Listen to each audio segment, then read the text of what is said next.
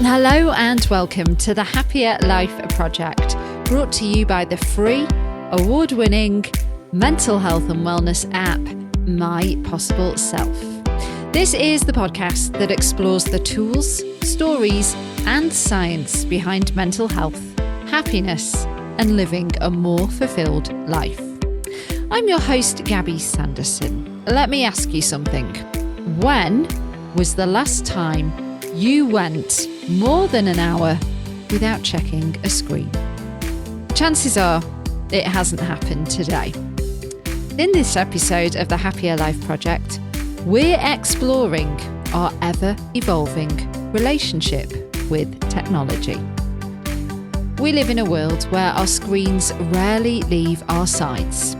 From the moment we wake up to the minute we go to sleep, we're constantly pinged, prodded, and pulled into the digital realm. But what is all this constant connectivity doing to our minds, our well-being, and our humanity? We're more connected than ever before, and yet somehow many of us feel more distracted, anxious, burned out, and disconnected. So today, we're looking at how tech is shaping our mental well-being and what we can do to pull it in a more healthier direction. To help us unpack all of this, I'm joined by a true pioneer in the field of digital wellness. Dr. Anastasia Dedyukhina is a global thought leader on the subject, a two-time TEDx speaker, best-selling author of Homo Distractus, and the founder of the Consciously Digital Institute, home to the world's first ICF and NBHWC-certified digital wellbeing program.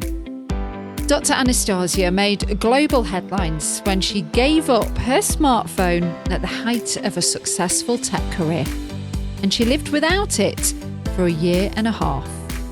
In this episode, Anastasia talks about what inspired that bold decision, the surprising insights she discovered while living offline, and how that experience led her to create a global network of over 150 certified digital wellness coaches, helping others develop healthier tech habits. We also explore the impact of tech on our mental health, why Anastasia believes too much screen time can make us behave more like machines than humans, and what we can do to set better boundaries with our devices. Anastasia really offers a new perspective on digital life, one that's less about disconnection and more about conscious connection. So if you've ever found yourself endlessly scrolling, feeling overwhelmed by notifications, or just longing for more presence in your everyday life, you are going to get a ton out of this episode. So, ready to find a healthier, happier you? Let's get started. Dr. Anastasia Dedyukhina, welcome to the Happier Life Project podcast. Thank you so much. Very excited to be speaking to you today. Well, the irony is not lost that we're going to be talking about digital wellness, and My Possible Self is a mental health and wellness app. So we are in the digital space. And today we are speaking and recording via digital technology. So it is woven into every aspect of our lives. But I think what we're going to focus on today is at what cost, and how can we maybe balance ourselves a little bit better in terms of, because it is ingrained in so much of our life, is the scale being tipped too far? And I think learning a bit about you and your backstory and your journey with giving yourself this, well, you had a digital breakthrough, should we say, when you gave yourself a break from your smartphone. If we could kind of start there, then I think we can kind of build onwards. Yes, sure. So that's the story that happened 10 years ago, 2015. I was at that time working in London as a director in digital marketing for a digital marketing agency, and my client was one of the top 3 big tech brands in the world. Mm-hmm. And my job was to make sure that people click more on their advertising. And I think the first week that I joined the team, I saw 2 people having a breakdown. I think, okay, that's interesting. Yeah. And then a few months in, I later realized why, because essentially we were all connected 24/7. Interestingly enough, it was not even a requirement. It's just when you work in technology, and I think you like it, and I've always liked it. And, you also have this media narrative, like who wants to be the next Zuckerberg. And so then you end up, really being glued to your phone or to other screens. So I remember myself very vividly, like waking up at night, 3 a.m., checking my emails, in fact, sleeping with my phone, and kind of felt soothing at the time. And I felt something was, really wrong when my right thumb started to feel numb because of endless scrolling. Okay. That doesn't feel right. And also, really, I was paid to do strategic work, creative work, but all I was doing is just replying to emails, and I felt that that's not going to the right direction. So my response to that was to take a break. When my contract came to an end, we mutually agreed not to renew it. Although it was definitely a dream job for somebody who wanted to work in technology. Fantastic people and all of that, like the perks, like the free table tennis, and all what they write about. I can relate to this story so much because I've been there and I've been you for a huge tech company. Please continue. Yeah. I think, like we all have bought into this myth at some point, and then we have seen, the other side of that, and they're like, well, why this dream doesn't quite feel as it should be feeling. Long story short, so in addition to taking a break from my career, I also took a break from my smartphone. And the initial idea was just to take a break for a few months to create some thinking space. And I replaced it with a very basic pocket phone, a Nokia, with a snake game on it. But it so happened that I really liked it. And this few months actually turned out to be 1.5 years. And at that time, I went to study coaching because that was something I was curious about. And people around me started asking, do you coach others on how to get rid of their smartphones? I was raising my eyebrows and say, no, not really. Why? And they kept asking. So I thought, okay, well, maybe there is a niche. In coaching, they always speak about the niche. So maybe that's not just me who is feeling, like some kind of heaviness about using my gadgets. And that's basically how the story started. So I started doing a bit of talks at the meetups to get clients. I didn't get clients initially, but started getting speaking gigs. Ended up doing a TED talk, writing a book, and a second TED talk. And then the whole thing exploded. Yeah. I think largely it all started with Cambridge Analytica scandal. A few years later, when people suddenly started saying, hey, social media might be manipulating you. Then, there was work that was done by Tristan Harris. Then you had this documentary, The Social Dilemma on Netflix. Like long and behold, basically everyone knows that there is a problem. And everyone understands that, just getting rid of your devices probably is not a solution. So I ended up going back to my device after 1.5 years, but, tried to figure out what to do, how to keep the balance. And basically what I do now, like everything, like all my work, which I started getting too much of, transformed into me having to train other people to do this work. So I ended up founding an organization that is today called Consciously Digital Institute. So we are the first provider of digital wellbeing certification in the world, accredited by 2 major coaching associations. It's a long program, almost a year, where we go into the neuroscience of our digital habits. Working with organizations, but also with parents, with schools. So very happy to speak from my experience, also from the experience of our coaches. And we always try to use science, although it's sometimes contradictory. So there is something that science can tell us. I'll be happy to share. Okay. Well, I'm just very curious if, like, I smiled when you said about the perks of, working for the digital marketing agency, and there's so many of them now popping up, and, brands and content and all the buzzwords that come with that, yourself.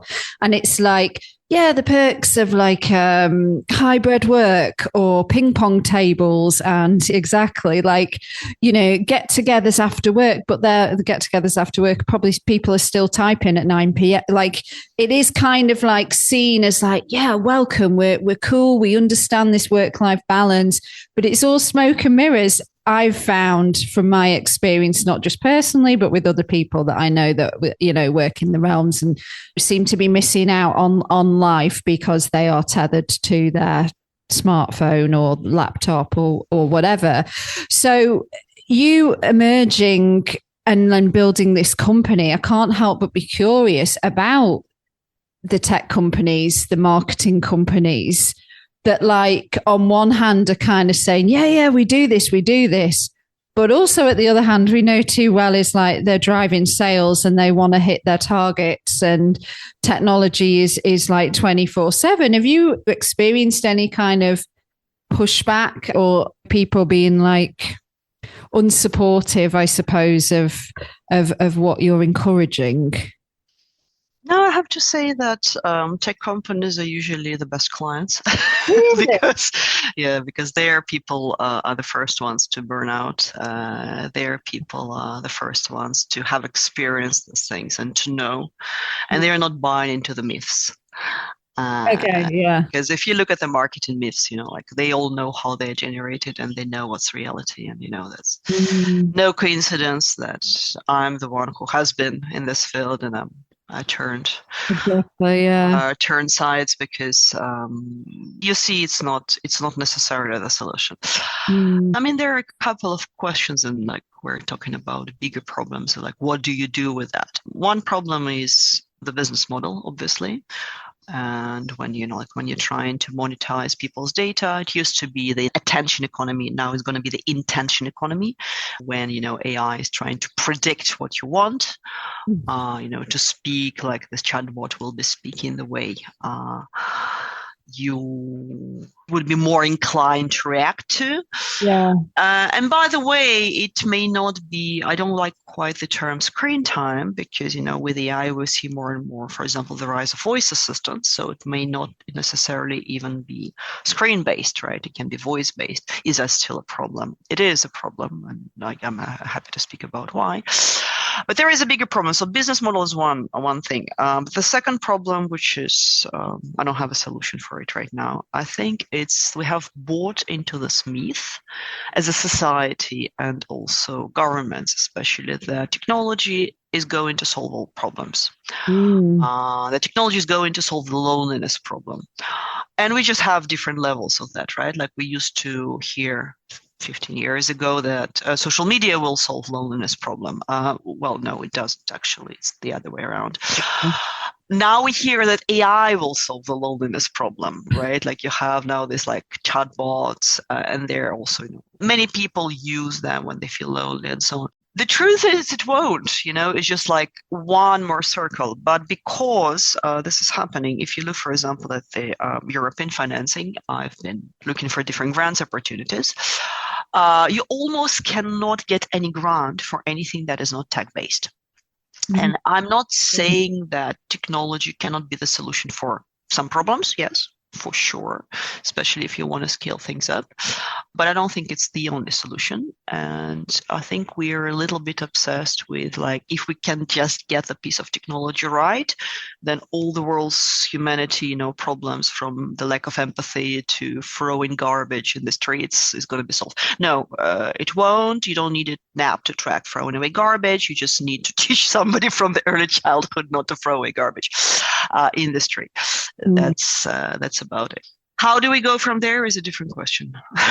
Yeah, I mean, that's making me think about the TEDx talk that I watched on YouTube, where you said we're increasingly behaving like computers. So all this technology is turning us into robots in a way? Well, yeah, I think it's, look, it was Marshall McLuhan. So he's he's still alive. He, if I'm not mistaken, one of the first like professors in media, and he looked at, like how media is changing. And he basically said the medium is the messenger, is a message, which means that like we shape the tools and the tools shape us. Yeah, it's always been the case. So we create digital tools and then they later start impacting our behavior. I think the main problem here is that we are outsourcing our human capabilities to technology. So what I mean by this, we don't make an effort anymore to remember directions, right? We have GPS. Yeah. And even if you live in London or so, and there are maps every like 100 meters, which is what I discovered when I got rid of my smartphone. You still, even to get to the familiar location, you would still follow the blue dot of the GPS, right? Which actually disconnects you from your environment, which interferes with your navigation skills. There is lots of research showing you this. We now trust technology more and more to take decisions for us, ethical decisions, by the way. For example, we'll think about AI, right? One of the biggest use cases of AI is how to, have a difficult conversation with somebody. Like, for example, doctors very often reach out to AI to speak about that, which is supposedly something that humans should be better off, but no, doing that. We are trusting technology to do that. And very often, like, people are asking, like, what should I do in this situation or that situation? I don't know, like, he hasn't been calling me. Should I split up with him or not? Yeah, and basically now what's happened, like, we're not taking the responsibility for our own lives. Same thing, I think, like for lots of like apps, for example, like focusing apps, right? Like we don't make an effort anymore, like to develop our own focus, our ability to block out the distractions, which is the executive function. But, like we say, oh, no, I'll just use the app and I'll just block my access to that. Mm-hmm. And again, I think when you just use one or two, that's okay. But when we see this push to, like, oh, there is an app for that, there is an app for that. Yeah. I think the main question here is, to decide for yourself, when are you stopping to be human? And basically technology is doing all your jobs of being human, or when are you using technology to support yourself? And there is a very fine line there. And it's such a good point. And I think it's like something that probably because we have been programmed and conditioned, we don't stop and think about it enough. It's almost like we're running on autopilot. Something I'm extremely mindful of and concerned about is how much of my life, and I'm sure many people are the same, am I living through a screen? Because it's my work, but then it's also how I relax. But then it's also how I move, because I'll do a workout on you. It's that so much of my life is through a screen and quite sedentary. And I don't like it. I don't feel good about myself. I'm aware of it. I try and go for walks when I can. I try and move when I can. But I feel like I am going against Mother Nature. But I don't know what the answer is, because I need to work and my work is through a screen for the most part. So it's really tricky. So I suppose when it comes to improving our digital wellness, where the heck do we start? Well, first of all, I think we need to recognize that we're living, as you said, in an unnatural setting. Yeah. It is not natural for humans, for grown-ups, but especially for children, to be sitting glued to their screens, or just generally to be sitting 8-10 hours a day. Just not. Mm-hmm. Like, it's natural for humans to, move, to interact, to do things. And we are trying to force ourselves, like from early age, to do that. Mm. And, when you force yourself too much, then you're going to have side effects. Yeah. We need to understand that we're being fed the myth that, like, you need more and more and more. In this case, it's more and more technology, to be happier. Mm-hmm. And, like, now you have this AI boom that everyone is saying, like, oh, no, you need, like, to urgently, like, integrate AI in everything that you're doing. Why? Because it's the future. Why? Who said that? I use AI tools, but it's a question of consciously doing them. So to answer your question, the first thing I would say is see which areas of your life might be suffering. Start with the physical body. First, sleep. number one question to ask yourself, and if you have kids, you're worried about them, is to ask, like, is the usage of smartphones or Netflix or whatever they're doing, is it interfering with the sleep? Interfering means, is the sleep delayed because of it? Postponed? Is it shortened? Maybe they're going to bed like at 1 a.m. because they're checking their social media before that. Then this is the time to cut. Yeah. So then you introduce the rules. The rules can be like no screens like 1 hour before bedtime, never ever mobile phone, any kind of technology in the bedroom, because it can give you lots of indications from science that it's interfering with the sleep, whether it's a blue light, whether it's just like the state of alert of your mind when you have your phone next to you, even if it's on the airplane mode. There's a research from Harvard Medical School that shows this is happening. So that's the first thing. And obviously, like, not waking up and reaching out to your phone. Because again, like, this raises your cortisol immediately, doesn't allow you to stay in the alpha rhythms, which is your natural state in the first 30 minutes. An alpha rhythm is something that your brain needs basically to start perceiving like what's in the outside world, like it's like this sense of like light awareness that you have. So number one. Number two, physical body, just very consciously start incorporating movement. I mean, I don't know, like, if you're going to be doing 10,000 steps, whatever it is. 10,000 steps, by the way, is not a scientific concept. It's just like somebody wrote, but it doesn't matter. If that works for you, that works for you. But you need to understand that we need to move. Yeah. Same thing for kids. Like, they cannot be spending 8 hours in front of the screen without moving. At least every half an hour, you need to stand up to do the stretches. 1 minute.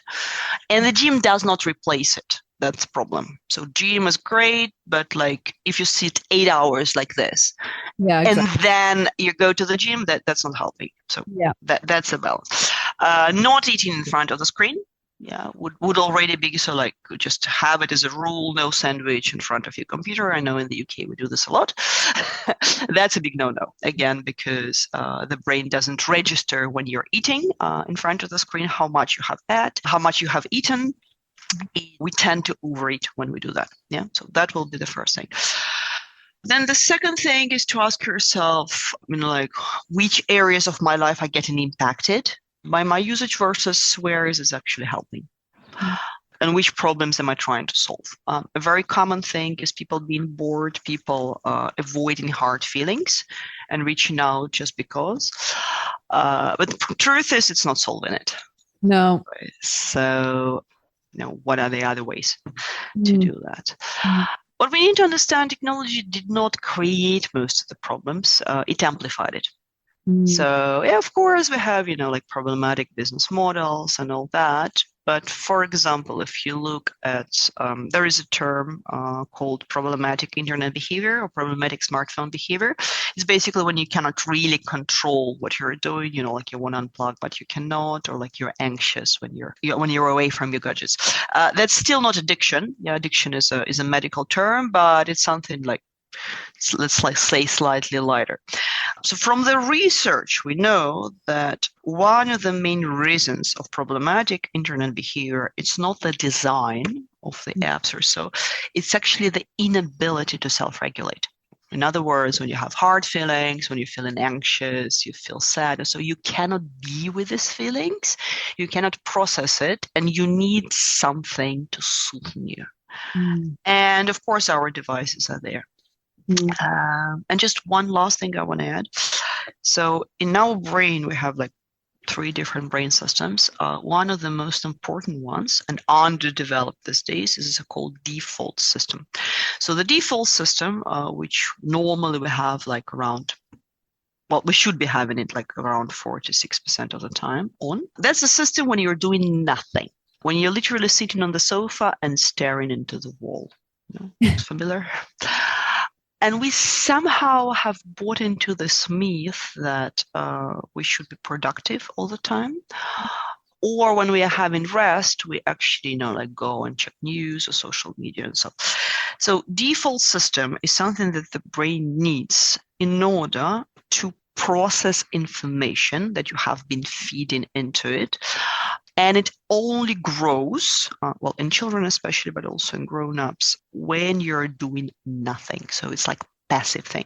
And it's very important because actually it allows you to plan yourself into the future, to imagine. It's also responsible for socialization. Think about it as a digestion system, your brain digestion system. So one of the very useful habits would be to give yourself some time throughout the day to do nothing. And when I say to do nothing, I mean do nothing. So many do people. Nothing is not like go and listen to podcast. It's not like putting on like stupid series, because it still feeds your brain. It's Right. like literally like to sit and stare at the wall. Very, very, very good practice. Not even meditate. For how long would you say to get the benefits from the brain digestion? Whatever works for you. I mean, like there's different research are talking about like you need 23 minutes, but I mean, I can't tell you, like do nothing for 23 minutes, right? I would say like whenever you're feeling that, oh, you're overloaded, default systems like this, this desire just like to do nothing and just stare, this is a mechanism of the brain to cope with information overload. That's not something we're allowing ourselves right now, and that's not something we're allowing kids. Like when you have your kid who is staring at the wall, you're like, oh, go do something useful. No, they actually need this time. Yeah. Another time when default system gets activated, when you're doing something like you're fully immersed into it, and all your like systems, physical system, psychological, emotional are, for example, you're playing football. So that as well, if you can't just sit like this, like do something super immersive. Just going to what you said about like doing nothing, we're not programmed that way. We're not taught to do nothing. I think about like when you're queuing for something, most people get so impatient. And if it's at a store or, whatever it is, you see people immediately get their phone out because it's like we're not comfortable with waiting and just, like you said, doing nothing. It's a habit as well. It's a learning habit. I couldn't help but think as well when you were talking about the sleep factor. There's this thing called revenge bedtime procrastination. Have you heard of this? I think it's like I read an article. I think it was in Japan, where it's very popular amongst people that work like culturally. They work 10 to 12 hours a day. And so rather than going straight to sleep, it's like trying to reclaim that time back by watching Netflix or being on social media or whatever it is, to the point where people are like surviving off about 4 hours sleep a night. That's the same idea of the default network. So I think we're confusing rest with the default network functioning. We need both. So we need 7-8 hours sleep. But during the sleep, the brain is not resting. That's a big mistake, actually, to think it's not. It's doing the work. It's like cleansing itself and so on. But that's why it's super important to have this buffer time, like during the work hours, also after work hours, of like literally like doing, well, not even work hours, study hours, anything where like there is lots of information you're taking in, new information, you're digesting it, to have this time when like literally you're doing nothing.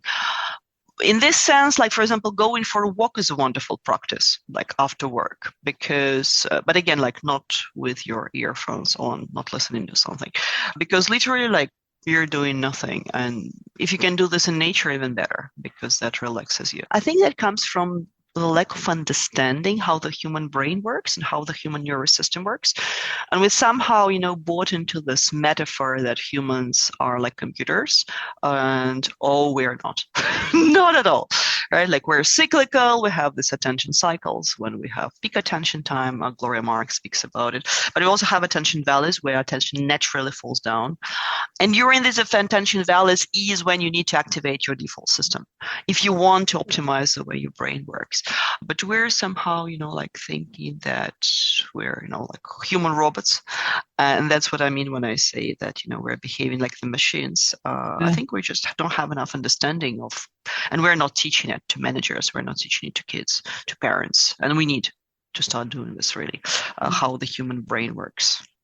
Yeah. Well, when I was watching your TEDx talk and you were talking about like attention span, And yeah, it's like the distractions are just not helping at all. So in terms of improving our attention span and focus, is the key to do more things like stare at the wall? Well, that's part of that. So default system is going to help you this, but there is like the executive network that's actually responsible for the attention, and the salience network. So I was speaking about three parts of the brain. Like, so default is one, like when you just, your brain is on rest, and the salience network is something that tells you what to pay attention to. Is this important? Is that important? And there is a specific skill, I'll speak about it, like that you can develop to help it. It very much depends on the capacity of your working memory. To your ability to focus on something and retain this information for later. And then you have executive control network, and that one is responsible for basically deciding, is that important or not? Is that aligned with my priorities, with my, long-term goals?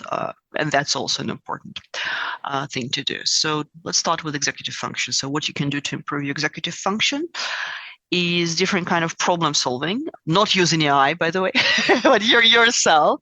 Deep reading is a very good practice. Deep reading meaning you're reading like without any distractions, 1 page, 2 pages per day. School or with an actual book with paper? Research shows that we actually comprehend and can retain from the text much more when we read it on paper. Yes, better this way. Kindle, second best choice, but not so good because of the spatial element. We remember better the text when we know where it is in space, so like right top corner, left bottom left corner, and so on. So how do you develop focus and attention? Well, first of all, we need to understand that that's not something that we are naturally born with. We're naturally born with this, animal attention that's constantly looking for threats or opportunities. They are alerting, managed by the limbic system. The executive function is being developed. It's been developed by essentially our ability to stay focused on something. So any kind of practice where you can stay focused, whether it's like you're staying focused on reading 1 page, on just doing your email and not having 50 tabs open, would help, at least minimizing your online multitasking. Definitely a good idea. Working memory, it's a part of your brain that basically helps you like remember certain things. Let's say, I don't know, I see a pine tree, so my working memory goes to my memory and grabs everything that it knows about pines. Like, are they poisonous? Can I eat it? Probably not. And so on and so forth. So that capacity can be enlarged, and depending actually on this capacity, your mental health can improve. So people with good working memory, so that can juggle several things at the time. It's not multitasking. That's a different thing. It's like remembering about several things and that operating them in your brain. Think about this as solving a math problem, right? If I tell you 2 by 2, you'll be able to do that. But if I tell you 2 by 2, then take the square root of 2 out of this and then multiply by 8. This is when your working memory starts to get engaged. So people who have a well-developed working memory actually tend to have fewer depressive symptoms. And they largely have, they're more optimistic about life because they end up not ruminating about, the past and like what went wrong. Now, if you think about it, like when we're in the digital space, our working memory is often overloaded because there's just like too much information we have to think about. So one of the ways, to train working memory is playing chess. There is a Chinese game called Go, which is even more complex. Any kind of problem solving, whether it's math problem solving, right? Like it's like mentally like calculating what you need to pay for your monthly bills rather than just using calculator, is actually something that's going to help you develop that. And I would say a special recipe for the modern society is having more breaks. They don't have to be long. But for example, there is a Microsoft study. They looked at what's happening with people's brains when they're taking breaks after Zoom calls versus they don't. And after 4 Zoom calls, literally like the brains of those who were not taking any breaks between the Zoom calls, they were, completely like all red in the picture, so people were disengaged from the meeting. They really, the level of stress was going up, so it was useless basically to have them on the meetings. Whereas compared to those who were just taking like 10-15 minutes break, they could be fresh. So I think that's a very easy practice that you can incorporate. Just don't schedule back-to-back calls. Don't schedule back-to-back tasks that require you to give your full attention. Give yourself 5-10 minutes. I'm just a bit conscious of time, and I want to get to social media, because I think this is such a huge problem and still the wild, wild west. I think about my own Instagram feed recently. I mean, I'm rarely on it now because I'm so repelled by it, because it's just turned into a shopping feed now. A few weeks ago, when this goes out, we did an episode on me sharing my journey with fertility and doing egg freezing. And I say this because on my Instagram, I was following people that were like fertility experts and like wellness, but kind of steered towards that direction. So now my algorithm is like constantly being bombarded with a lot of scams as well, like fake profiles of people. I mean, one that keeps coming up says like, do this course and you're guaranteed to get pregnant, otherwise your money back. And I'm like, if this was legit, I think everybody would know about it, And then another one was really convincing until I saw the comments, and the real person said, this is probably AI. This was not me. I would not endorse this method or whatever. It just seems to be getting worse, not better. And I feel like surely the powers above could protect us more than they are, but they're choosing not to, maybe to line their own pockets. I don't know. But when we're talking about social media wellness, like, how can we protect ourselves a bit better in this area? Because I feel like they're designed to keep us hooked as well. This is where the term doomscrolling came from, right? Yeah, but I'm going to share an unpopular opinion. I don't think that social media is a problem. I mean, yeah, like you have all this problem with that addictive design and all that. But as I said in the beginning, the problem is that we think that technology is going to solve all issues. And I don't think, like there is this very popular movement around like, let's ban children from social media. Australia did that, like they're debating. Well, that's not going to solve it. By the way, I don't have an opinion about whether it should be banned or not. I mean, generally, it depends on the personality. The thing is, you're going to ban social media, and now you have like ChatGPT, right? Or you have like lots of, you have Replica that basically fakes a boyfriend or a girlfriend. Are you going to ban half of App Store? I think it's, there are two things. There needs to be regulation, massive. There needs to be regulation around like, any products that affect like our emotional well-being. But I think we just need to shift the paradigm.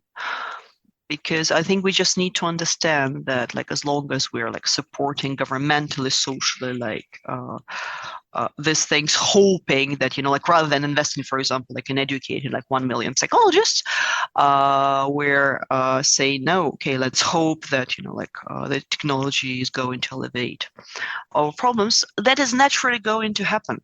It's just coming from the same place, because as long as you're saying you can make money with these things, there is always an incentive to make money with this. As long as you're saying it's okay to collect people's data and to use it for whichever, in whichever form, right? In the form of voice assistant, the form of social media, you're going to have a problem, it's, I think we need a much stricter regulation around which data can be collected, which data cannot be collected, which data can be inferred about the person, can it be sold or not, but we don't have that. And we don't have that because governments have a massive economy problem. They need to find the way to grow the economy. And there are currently only two ways to grow the economy, and none of them is very lucrative. One is digital, and the other one is war.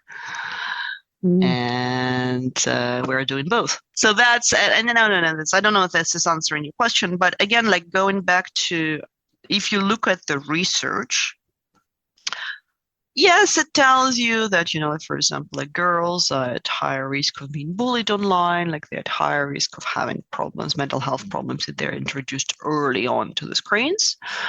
Then boys, yeah, that all exists. But again, if you look at the two main drivers of problematic internet behavior, like the social media problems, that's the lack of self-regulation and it's an unmet psychological need.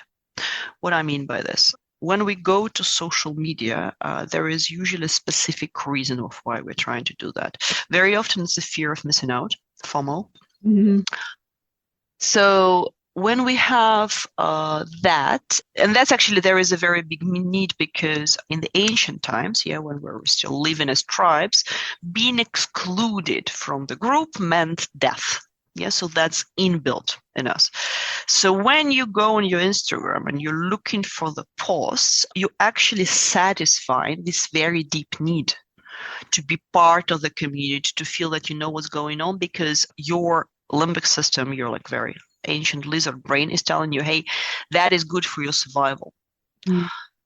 Now, the question is, you will need to replace it with something, like if we're going to ban social media, like so I think like a healthy way to deal with the social media, I think, like there should be some regulation, but I think a healthier one is, like to have the local communities where you can literally like come and talk about like fertility problems or like whatever it is, right? It's like you want to have, like, I don't know, like lectures of these professionals, or like you want to have, I don't know, like a medical professional whom you can meet, or, like whatever it is, like somebody to speak to. You can also speak to them online, doesn't matter. But I think that's, for me, the solution is like within this like stronger bonding and looking at what is the primary need that we're trying to solve in that case by going to social media. And again, like I will repeat because it's important, there are two. We're either trying to meet an unmet need, the need of belonging, or the need to, like to feel protected, whatever it is. Is there a better way to meet it? Can we organize it as a community, as like as a parents, whatever it is? And the lack of emotional self-regulation. And what can I do to help myself? Like, do I need to work with a psychologist? Do I have some unhealed traumas?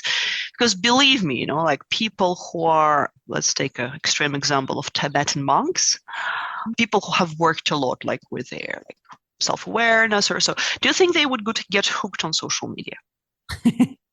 Probably not. Probably. Why not? I mean, they can still like use this, and it's like, why not?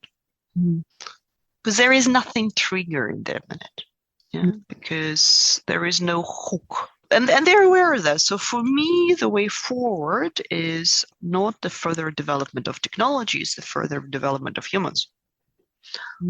Not a very popular opinion.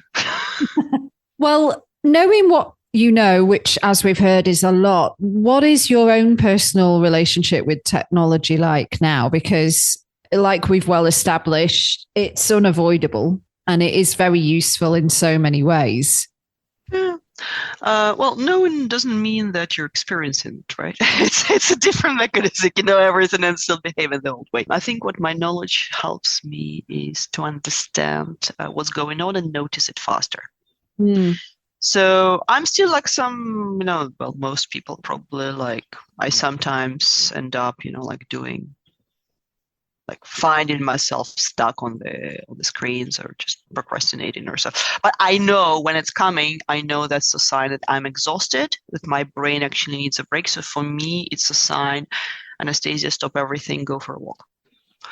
Or you haven't had enough sleep. Like when in the morning, so my rule is very simple. I never take a phone to the bedroom.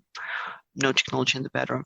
When in the morning I feel like, oh, actually I would like to stand up, grab my phone and go back to my bed. For me, it's a clear sign. Okay, I haven't had enough sleep.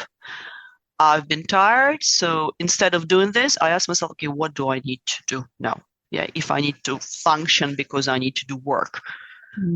Okay, I'll have like, I will do contrast shower. I'll get some sunlight, like whatever. Like if you watch Huberman podcast. He'll tell you everything what to do to wake up. If I have time, then I will be honest with myself and say, you know what, I'm going to do now the bare minimum to put myself like back on track. And then probably in a couple of hours, I'll go to bed again and I'll have another sleep.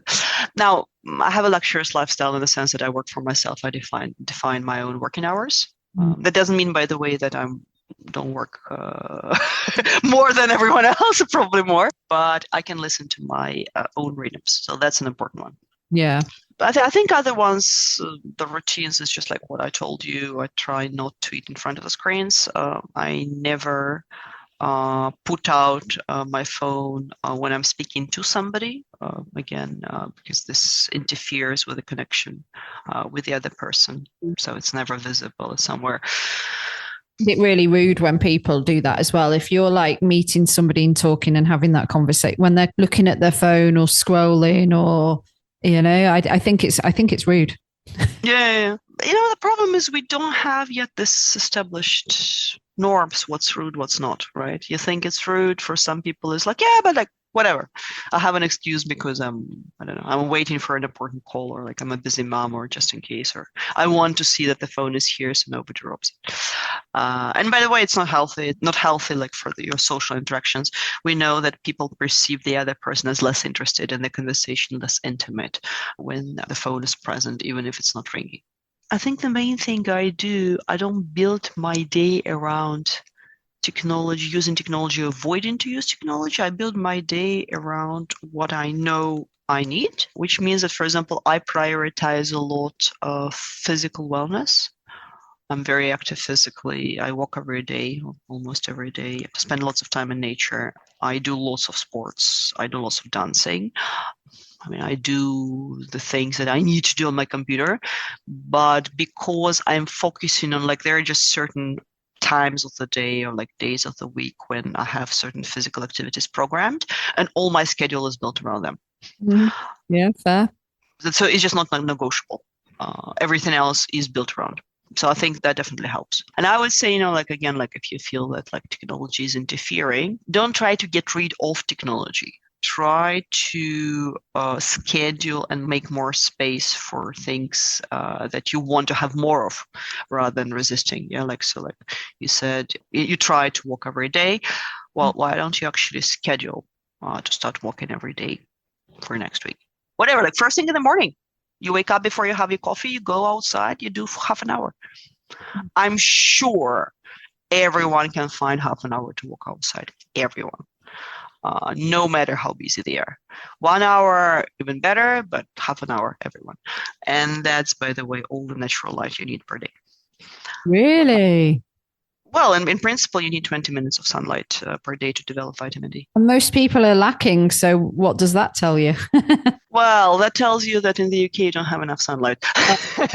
It really depends, because it depends also on the season as well. Yeah. But in principle, if you with a good sunny weather, 20 minutes without sunglasses, without sunscreen is enough to get your vitamin D. Okay. Well, can I just squeeze in real quick? Are there any apps and social media platforms that are particularly harmful that you would say, based on what you've observed? I'm just thinking, are there certain places we should steer clear to protect ourselves? Are we speaking about kids or adults? Most of our listeners and app users are late teens plus. So I suppose adults, yeah. When we say harmful, again, we need to define harmful. If we're saying sticky as difficult, to get off, you probably know Instagram is quite difficult. You probably know TikTok, if you use it, it's quite difficult, right? Use it. It's just because of how it is designed. So it uses lots of features that they know that are going to be appealing. But honestly, lots of them are already using, if we speak about social media, lots of them, one of them has found a way to hook your attention. Others will do that as well. Well, what about dating apps? That's a bit of a double-edged sword, I think, because it's how people, meet now. Oh, that's a mistake. They don't meet through dating apps. That now, if you look at the stats, I think this stats was given like a few years back at the one of the big events, internet events, by the founder of one of the dating apps. Just about 7% of matches end up having a conversation. Really? Just a conversation, not even meeting in real life. Yes. So actually, dating apps, I mean, I'm not saying you cannot meet somebody for a dating app, but most of our interactions in the dating apps, they're just like this dopamine-driven swipes when it's like, oh, it's nice, like to get matched with one more person, And most of the time we end up not even talking to the people we matched with. I mean, it's a fun game. Window shopping. It's a window shopping. I mean, I do know, and you probably also know people who have found somebody on a dating app. And I also know lots of people who, especially like when they're not 20 anymore, who just found that it was an incredible waste of time. So I think, like there's the free cheeses. We have the saying is just in the mousetrap. If something is free, it means that you're paying for it with your data, with your attention, and that's it. So again, I cannot tell like what's harmful. You need to decide what's harmful for you. How do you know it's harmful? After using it, are you better off or not? Is the level of your energy going up or going down on the scale of 1 to 10? Are you physically more tired or less tired? Do you get mood swings? Do you feel anxious? Do you, God forbid, start having any sleep problems? For example, for many people, news apps are very harmful, especially like in the times when you have wars or, terrorist attacks or like something that is, really triggering you, because people do feel that, like they, again, like coming back to this fear of missing out, they need to feel secure. They're trying to fulfill it by going there. That's obviously not helping. Because you cannot, like feel more secure by reading about the horrible things. Does this mean that you need to avoid news altogether? I don't know, but probably when, like dramatic things happening, as counterintuitive as it is, probably yes. It's a question, like I can't tell you like what's universally bad. I can tell you, like what uses, and most of them use like, different techniques to grab your attention. But ultimately you need to ask with yourself, right? Is this intervening with your long-term goals? Is this interfering with mental health, with your physical health? And if it is, then it's probably time to start limiting it. Yeah. For example, there was a research, I think they asked university students to limit their social media usage to 30 minutes per day for about 3 weeks. And after that, there were self-reported depression, anxiety symptoms that got reduced just by limited to 30 minutes. If that's something that's going to work for you, great. Yeah. For other people, WhatsApp can be very, very difficult because, like maybe you have toxic people there. Exactly. Yeah, I know that one. Yeah, you've given us so much food for thought, really. Thank you so much. We do a signature sign off, and it's the Happier Life Project's last 5 in 5. They're the same 5 questions that I ask every guest to conclude the episode. If you're ready. Mm-hmm. Yes. Great. When and where are you at your happiest? Dancing. What's your favorite thing to do that nourishes your mental health? Apart from dancing, being in nature. What piece of advice do you now know that you wished somebody would have told you earlier that would have made you a happier person? Nobody knows how to live, how you should live in the correct way. What is the most important one thing that needs to change to make the world a happier place? More healed traumas. Mm-hmm. Okay, last question. What is a simple, actionable first step we can take when it comes to improving our digital well-being that will help us on our journey to building a happier life? Ban your phone from your bedroom. Do we have a hopeful future when it comes to digital wellness? Of course. I mean, we will have a major solar storm and all the technology will go past and we will have to learn. No, I'm kidding. I think we do. There is something called neuroplasticity in the brain, which means that the brain keeps changing every day depending on what you do. So the good news, even if you are have been practicing, like unhealthy digital habits, let's say, over the last 10 years, 20 years, because of neuroplasticity, you can still change your brain when you decide to do that. It will require some work. It might be a painful process, but as long as you're alive, your brain still has a neuroplasticity. No, it's never too late. Never too late to start. No, it definitely won't be easy, definitely, but the hardware is there. Usually this is the point where I would signpost to like any links, social media, for example. Yes. I mean, we put all this in the episode show notes. So we've got your website. There are two. So there is AnastasiaDedyukhina.com, and which is my personal one, just a speaking one. And then the company one is consciously-digital.com. Perfect. And you've got a book as well, which I didn't get a chance to ask you about. I've read some of it, and it's, going into more detail of what we've been talking about today, basically. Mm-hmm. Homo Distractus. Yep. And that's available in the usual places? It's available only on the website, consciously-digital.com/book. For a very specific reason that Amazon charges 40% to put it on it, and I think it's very unfair. 40%, and I don't want to feed big tech with my creative work. So, yes, completely fair. Well, we'll do a separate link to that as well. Thank you so much. I really appreciate it. Fascinating. I feel like I've learned a lot. Good. I'm glad. Thanks, Gabby.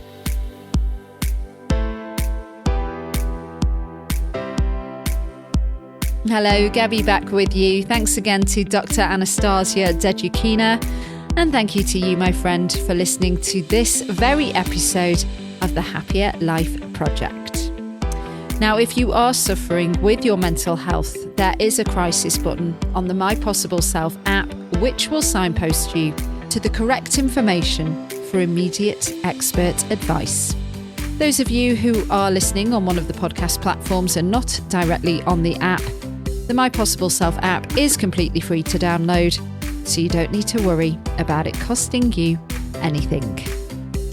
If you are in crisis or you think you may have an emergency, please do call your doctor or the emergency services immediately.